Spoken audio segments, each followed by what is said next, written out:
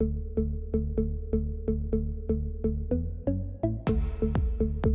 Desmond Shaw. This week on Look at This, it's Infrastructure Week, freeway infrastructure that is, and freeway interchanges specifically. You know, I've always been a highway nerd. You may remember me as a traffic reporter on the radio for many years, and the structures that we're going to look at today are not just big hulks of concrete. Some of them are marvels of engineering. So let's take a gander at 5 of the most important interchanges in Los Angeles, as well as some mass transit alternates to get around those tie-ups. And we'll start with an interchange between LA's first 2 freeways. This congested freeway interchange in downtown Los Angeles, awfully congested, but a vital piece of infrastructure. This is the 101-110 interchange. Locals know it as the 4-level, and it is the world's first stack interchange. So what does that mean? Well, it might be kind of obvious. You see here how all of the ramps are kind of built on top of one another, and they all crisscross. And this is a more compact design than what was being built at the time, which were cloverleaf interchanges, and we still have a lot of those around. If you look at the ramps that go between the 101 and the 405, how they bend around, and you basically have to rotate 270 degrees to get on some of those ramps. The 605-91 is another cloverleaf interchange, but those take up a lot of space. And so this freeway went into the planning stages in the 1920s. It wasn't completed until 1949, and actually didn't open to vehicle traffic until 1953 when the 110 was completed. But because downtown was growing so quickly, they needed a more compact design. And so they came up with a whole new type of design, which they call the stack interchange. And even though it's much more compact than a cloverleaf interchange, it doesn't mean that people were not displaced. According to History.com, more than 4,000 people were displaced by the construction of the 4-level interchange. One of the most important features of this freeway is that each direction can connect with every other direction. So no matter if you're going north 101, you can transition to either the north or south 110. Same with the southbound side. And if you're going northbound 110, you can go north or south 101. Every direction can connect with every other direction here through the interchange. So that is an important feature because not every freeway in Los Angeles does that. If you've ever been frustrated driving on the southbound 5 through Burbank and you want to maybe make your way to Studio City, you do not have a direct connection from the south 5 to the westbound 134. And if you're going southbound, or you're going westbound 134, you do not have a connection to the southbound 101. Well, that's not a problem here at the 4-level interchange. No matter which direction you're going, you can get through to the other direction that you need to go as well. So when I was doing research for this on History.com, they also said that this was, at the time, the most expensive piece of roadway ever built. $5.5 million. Even adjusted for inflation, it doesn't sound like that much money, but at the time, that was a really, really big deal to spend $5 million on a freeway interchange. I would say that we got our money's worth out of it. I mean, more than 500,000 people every single day cross through some part of this interchange. And, you know, is it congested? Yes, of course it is. Is it obsolete, outdated? You could make that argument as we take a look at rush hour traffic here in downtown Los Angeles. It's always pretty painful to travel through the 4-level interchange. But it was a huge deal at the time when it was built. And if you live in Los Angeles, you have almost certainly driven through the 4-level at some point and probably bit your tongue as you were going through it because it can definitely be a rough experience. But a huge piece of engineering and infrastructure history here in downtown Los Angeles with the world's first stack interchange. Apparently it's also pretty rare to have one of the main lines of the freeway be the top of the stack. Usually you'll have all of the connector ramps going over the top of the freeway, but not here. Not with the, you have the 101 on top of this stack interchange. So, you know, hey, if you live in the valley or downtown, you're going between the two, you don't have to mess with the 4-level. Of course, I highly recommend using the red line, or I believe the B line as they call it now, one of our very good subway systems. But if you are driving through downtown, you're almost certainly going to find yourself through the 4-level interchange at some point. And good luck to you when you do have to drive through here. Now, the Red Line subway is a fantastic way to avoid the 101 from the valley to downtown. I've taken it many times. Love taking it, especially when traffic is super heavy. And you've also got the Gold Line that avoids the 110, Pasadena to downtown. And what's great is soon we're going to have Metro's new regional connector in downtown, which is about to make all of our rail lines a lot faster and more efficient. Now to West LA and one of the most congested junctions in the world, but its construction was revolutionary in several important ways. This Freeway interchange in West LA, it's one of the busiest in the country. This is the 10405 interchange, and did you know this was the first freeway interchange to be designed and engineered by a woman? That woman was Marilyn Jorgensen Reese, designed in the late 1950s, opened in 1964 for a cost of about $20 million, a bargain by today's standard. Marilyn also was the first civil engineer in California, according to the LA Times, and apparently she oversaw the construction of this freeway throughout her entire pregnancy with her second child. Very impressive. Now, what was revolutionary about the design of this connector ramp here is all of these long, swooping flyovers. And the idea, according to Marilyn, was she wanted to build a freeway interchange where you could make the connection at full speed as opposed to a cloverleaf interchange or something like the 4-level, which is much more compact and you have to slow way down. Of course, these days you're probably going to have to slow down anyway if you're in some rush hour traffic, but we're looking at off hours and it's actually functioning pretty well these days. Marilyn went on to help design the 210 and 605 freeways as well. She passed away in 2004, and that is when Caltrans dedicated this interchange to her. This is the Marilyn Jorgensen Reese Memorial Interchange in West LA. So, you know, at least if you are stuck here on a Friday afternoon taking the East 10 to the North 405, you're at least going to have some pretty nice views of West LA when you're stuck in that bumper-to-bumper traffic. Thank you so much, Marilyn. And thank you to longtime West Side resident Jay Goldstein for telling me to check this out. Sadly, you don't have a lot of alternates to the 405, which is part of the reason why the 405 is so awful. You could use one of the canyon routes or Sepulveda, of course, or the bus line, but they have to sit in traffic like the rest of us. But for the 10, it's a different story. You have the Expo line, Santa Monica to downtown Los Angeles. Not only can it be faster than the 10 on a Friday afternoon, it's a lot less stressful. Now, if you work in, say, Venice and you live in Granada Hills, then you know that the 405-10 is not the worst interchange you're going to have to drive through. The real gauntlet is ahead at the floor of the San Fernando Valley. It is one of the worst freeway interchanges in LA, one of the worst freeway interchanges in Southern California, one of the worst in the country. It is the 405-101 interchange in Sherman Oaks. And so why is this freeway interchange so awful? Well, it was built in the late 1950s, early 1960s, and back then, let's just pan up and show you the San Fernando Valley. It didn't look anything like this back at that time. There were still tons of fruit trees, orchards, lots of farmland all across the valley. Not today. It is mostly a suburb. Tons of single-family homes and no mass transit. So everyone crowds onto one of these two freeways, and you having to squeeze through this junction. Well, I just don't think that freeway engineers really had massive population growth in mind when they built this interchange, and that's to say nothing of Santa Clarita, which was very sparsely populated at that time as well. Now look, this is also right at the corner of the Sepulveda Dam, the Sepulveda flood basin, and it's also a wildlife refuge, and so that I think also really constructed the area that engineers had to work with. And you can see just how tight some of these ramps are. This is the ramp from the South 405 to the North 101, and you can see how tight that one is, and then it just merges right in with traffic.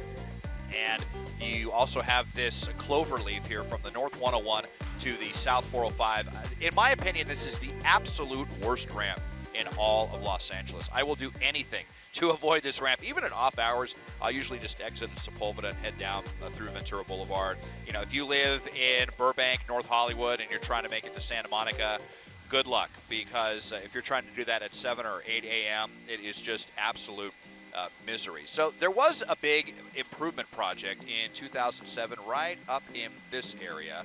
There were ramps off of Ventura and Sepulveda, and there were two separate ramps, and with both of those ramps, you could either get on the 101 or the 405, and it was a total disaster because you would get on and you would have folks crisscrossing all over the place to make those mergers, and it made it just slowed down all of these cars coming down the Sepulveda Pass that much worse. So Caltrans came up with a great new idea when they rebuilt this. As we come around, I'll actually be able to show you that ramp again in 2007 that they constructed.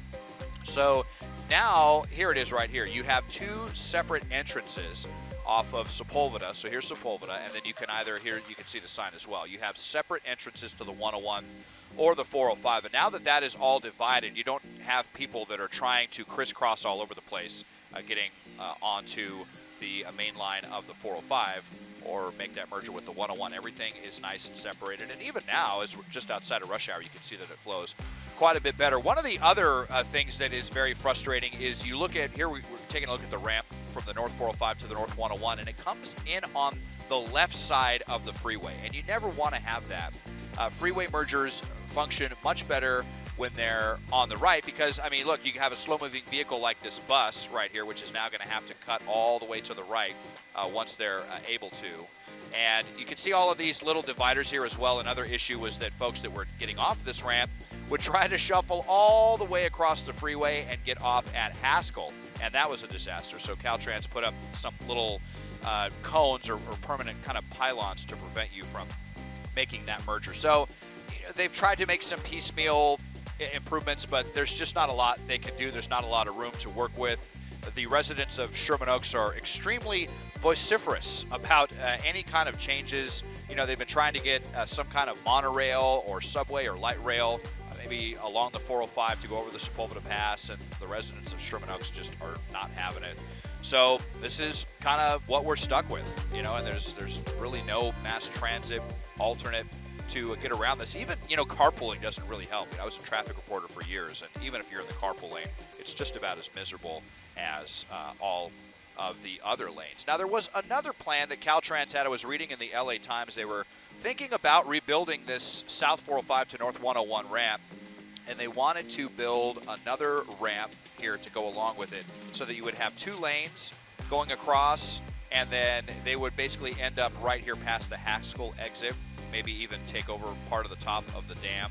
But that plan was back in early 2000. They had it on the drawing board, never got any funding for it. I don't think there's any funding for it now, so I would not hold out any hope for that. Best you could do is, you know, not have to take this ramp at any point in your stay in Los Angeles. Or if you can at least kind of strategically live, I always find if you're south of the 101 and you work in West LA, just being south of the 101 makes all of the difference in your commute. Because then you can use a Sepulveda too, or one of the canyon roads if you need to. But obviously, you know, living in Sherman Oaks, it's, you know, I know it's not cheap. And all of these folks, every single day, more than 500,000 of them making the trek from West LA to the San Fernando Valley. And Santa Clarita, my heart is with you. I've had to do it many times. And you have to go through this notorious freeway interchange, the 101, 405 in Sherman Oaks. And if you have to drive it, you have my sympathy. So this interchange was built before Marilyn Reese designed those revolutionary flyover ramps at the 405-10. So because everything is constricted, you also have traffic that comes in on the left side of the freeway for 2 of the different connectors, and then you have slow traffic that's trying to make it all the way to the right. No doubt about it. That definitely contributes to the huge headaches at this interchange. Now to South LA and a junction that involves LA's youngest freeway, where engineers pulled out all the stops. No expense was spared, and some urban critics have even called this junction a work of art. This mammoth in South Los Angeles, this concrete behemoth, it is the interchange of the 105 and the 110. And look how crazy complicated this interchange is. When I counted, I believe 8 different flyover ramps. And the idea was to, well, if traffic allowed, to hopefully be able to make the transition at full speed here, because the turns are so long and so gentle that you should be able to do them at 65 miles an hour if they're not congested. Of course, the eastbound 105 always congested in the afternoon. That's when we're filming it right now. Some of the other special things about this connector ramp is, according to the LA Times, when it was built, it was, well, for one, the largest and most costly structure Caltrans had ever built, but also the first freeway interchange to incorporate 3 modes of transportation. Right here in the center of the 105 is the Metro Green Line, runs pretty much the length of the freeway, so there is a station right there. At the bottom is the Harbor Bus Depot. I believe it's called the Harbor Gateway junction there at the very bottom. So there's a big bus terminal. And then, of course, you have lanes for single drivers, but also for carpoolers. So what's really cool is if you're in the carpool lane, you don't have to rush all the way to the right to make the transition. You have your own transition ramp here. And this one from the South 110 to the eastbound 105 soars 130 feet into the air. Actually, you know, this is actually going to be the eastbound 105 to the northbound 110. My bad. Forgive me for getting so confused. You can see what a maze of freeway ramps this is. So Opened in 1993, and another interesting fact, this is named the Judge Harry Pragerson Interchange, and according to LA Weekly, that was named for a judge who basically mandated that Caltrans had to provide housing, jobs, and other services for people that were affected by the construction of this. You can imagine such a huge structure, they had to rip out, I believe, some homes and businesses, and folks were displaced by this, no doubt. So they really pulled out all the stops, though, when they built this interchange. It kind of represents the pinnacle of freeway design. All of the techniques that have been revolutionized in earlier interchanges were amped up to build this interchange. And it's really cool that they integrated mass transit as well. I know a lot of us probably wish that more mass transit would have been integrated into lanes of the freeways. What's sad is that actually the 101 freeway used to have the red car line running along it through the Cahuenga Pass, and they tore it out to build more freeway lanes. So that was not a great idea. Of course, the 210 has the gold line that parallels quite a bit of it out of Pasadena. But yeah, 1993, so this was also, it involves LA's youngest freeway, the 105, the last freeway to be built in Los Angeles, and the tide is really turning on freeway, so I would not anticipate we're going to have any more huge lane additions, certainly no new freeways or any big changes to any of our freeway ramps. So this is what we got here, the 110 and the 105 in South LA. You may remember this as well from the movie Speed, 1993, that fun movie with Keanu Reeves. Well, the 105 and the 105-110 connectors played a very big part in that movie. You probably remember that really famous scene where the bus jumps the gap in the roadway. That involved one of the connectors here. I believe it was this one as well, this tallest one. But construction was already finished when that movie was filmed on that connector. That was all special effects, digitized there to make it look like there was a gap in the freeway when, of course, there actually was not. It was also featured more recently in the movie La La Land, that movie that was nominated for so many Academy Awards. So you got a big Hollywood pedigree to go along with the pinnacle of freeway design here in South LA, the crazy junction between the 105 and the 110. Got to be the largest freeway connector that I'm aware of anywhere in California. You know, it's really a shame that the first freeway junction to incorporate mass transit was also along the last freeway we ever built. No doubt a lot of opportunities were missed by not building light rail lines in the medians of more freeways. Anyway, the green line is great, and there's probably going to be times when you see it moving quite a bit faster than the freeway. And when Metro is finished with the Crenshaw line connection to the green line, which should be in about a year's time, a lot more transit opportunities are going to open up around LAX, Inglewood, and South LA. And finally, we have the granddaddy of them all, the junction of 4 different freeways in a huge maze-like structure that is no doubt the bane of many an Angelino. What just may be the most complicated freeway interchange ever built. It's the East LA Interchange. Now, it's called East LA Interchange, but a bit of a misnomer. It's actually in Boyle Heights and not East Los Angeles, which is a few miles to the east of here, over by the 60 and the 710. But regardless, wow, this interchange, more than 135 acres of land taken up here. It is the junction of 4 different freeways, 2 of which are transcontinental. The 5 and the 10, the 5 going from Mexico to Canada, and the 10 going from Santa Monica to Florida, and then also the 60 and the 101, and the 101's almost transcontinental as well. So all of them meet here in Boyle Heights, and I got to give you some statistics that I learned from Gilbert Estrada, a writer for Southern California Quarterly. So it has 32 bridges. As I widen out, you can see just how many bridges there are involved in this. 20 walls. The project laid 23,500 feet of concrete pipe. It used 4,200,000 cubic yards of concrete, 13,200,000 pounds of reinforcing and structural steel, and more than 1.5 million cubic yards of earth had to be excavated to build this insane interchange. These days, it may just be the busiest interchange in the country, possibly even the world, as more than 2 million cars are estimated to pass through here every day. Now, I was also doing a little research here, came across an article in KCRW about all the displacement because of this interchange. More than 2,000 homes had to be demolished to build this, and 15,000 people were displaced because of it as well. There's actually a documentary by the same name, East LA Interchange, that talks all about that and the effect, especially on the Latino community, really all the immigrant communities that lived in the Boyle Heights, in the 1960s, still do today.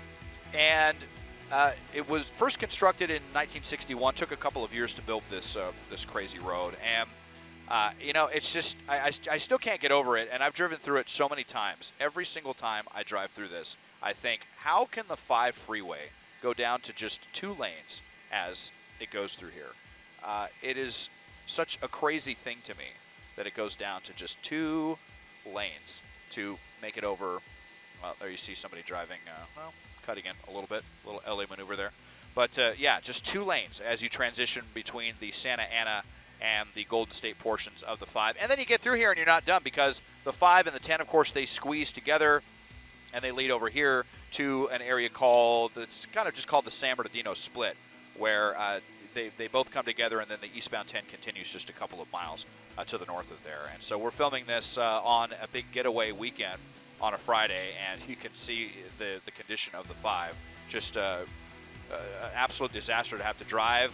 My first radio job ever, I lived in Granada Hills and commuted to Santa Ana 6 nights a week, if you can believe that. And I had to drive through this crazy thing every single day, and then it was like, do I want to take the 5 home or the 101 home? There was never a good answer to try to get through here. So, yes, definitely the bane of many an Angelino's existence, perhaps a necessary evil, depending on you know, what you think about this. Of course, you've got the Metro Gold Line, and which takes you to East LA and can get you around this if you live in Pasadena or if you work in downtown Los Angeles. And at least now, Metro is really starting to get it together with all of the different rail projects. We have several rail projects opening this year, which are hopefully going to alleviate some traffic getting through here. But yeah, if you have to drive through the East LA interchange, you know, you have my sympathies. 2 lanes for the 5 freeway. I just can't believe it. It's incredible to think that in the early 20th century, Los Angeles had what has been called the greatest mass transit system in the country, even better than New York. The Pacific Electric rail cars would zip you all around town, and then we fell in love with cars and the allure of personal freedom. We ripped out all of those lines to make freeways and wider boulevards, and now, decades later, we're trying to untangle this mess that we so gleefully created. Progress is being made, though. Just this week, it was announced that a 20-year fight involving widening the 710 freeway has ended. The freeway will not be widened. We have decades of data that basically proves that widening freeways and displacing more people does not end freeway congestion. Don't get me wrong, I love driving. I've owned some very cool cars in my time, but I also like not sitting in traffic and actually having options to get around that nasty traffic. We need to make more investments in light rail lines and subways, and the sooner we do it, the faster we can untangle the freeways and maybe even breathe some cleaner air. Taking a look at this from Sky 9, I'm Desmond Shaw.